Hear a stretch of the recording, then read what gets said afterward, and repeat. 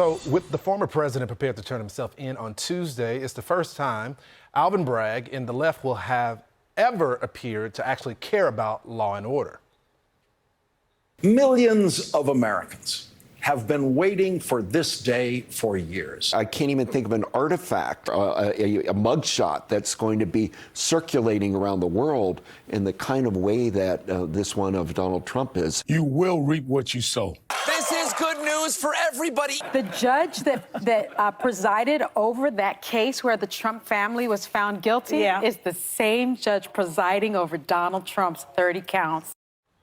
They are so excited. I want to bring in former New York Congressman Lee Zeldin and New York Congresswoman Claudia Tenney. Thanks so much for joining me. Lee Zeldin, I want to go to you first. What do you make of all the glee amongst all the pundits and Democrats, people that say they don't want the criminal justice system to be politicized? Also, they're big reformers. Last time I checked, even if this was true, this is a nonviolent offense. So where is all the purists in the Democratic Party? I see Alvin Bragg in each of those people, in each of those clips that you just played. Alvin Bragg, before he was even sworn into office, he was saying that he was going to be personally supervising this prosecution, this investigation of Donald Trump. He didn't even know what the charges were. He didn't know what the facts were going to be. All he cared about was taking down President Trump. And these people in the media, they don't need to wait to see what an indictment says. They don't care about the great legal analysis that you just heard from Greg Jarrett with statutes of limitation. Ask them what they think about the fact that, by the way, I don't know if any county district attorney anywhere in the state of New York has ever charged a federal campaign finance violation. These people don't care. No, they don't. But unfortunately for them, a lot of independent-minded Americans see right through it. This is a political prosecution. Congresswoman, I did a monologue laying out his connection to George Soros.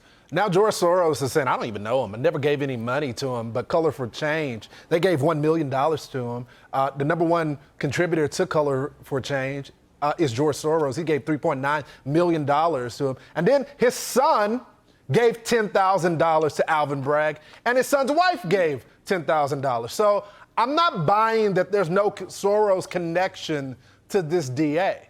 Are you?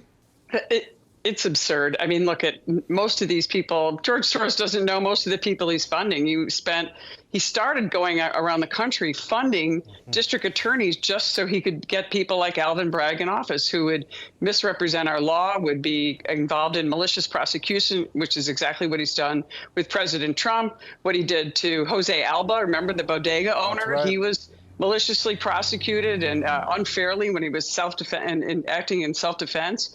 And so that's just nonsense. I mean, we've got a justice system that needs to be preserved. And Lee Zeldin actually ran for governor and said his first act would have been to actually fire Alvin Bragg, which the governor has the power to do. And Kathy Hochul has the power to do that. And she's busy trying to negotiate a late budget. By the way, the New York State legislature, once again, didn't get their budget in on time. But one of the big issues, because Lee Zeldin raised this issue, was the problem of crime. And it's not just New York City. It is the whole state, because this is Albany talking.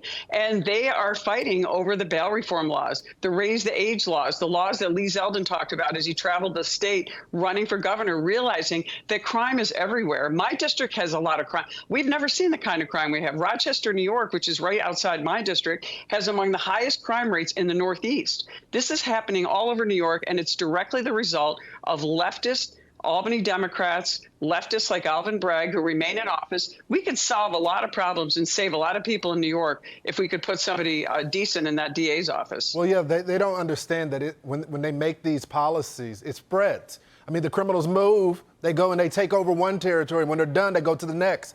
But they don't care about the consequences. They don't even care about justice, only when they're targeting their political opponents. And it's very shameful. Congressman, thanks so much for joining the program. Hey, Sean Hannity here. Hey, click here to subscribe to Fox News YouTube page and catch our hottest interviews and most compelling analysis. You will not get it anywhere else. Stay connected with us. Subscribe to Secret Society News official YouTube channel.